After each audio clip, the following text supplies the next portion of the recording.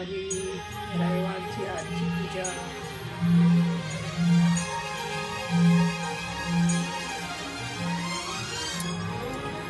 भाजी कशी करायची ते सांगते माझ्या पद्धतीने. हा गोडा तयार खानोड्याच्या भाजीसाठी. हे खानोड्या लाटल्या आणि याच्यामध्ये ठेवल्या. वाफेवर पाणी ठेवलेलं आहे आणि चाळणी ठेवली आणि खानोड्याची भाजी. याच्यामध्ये आता मी बेसनाची पोळी लाटलेली आहे आणि त्याच्यामध्ये मसाला भरला.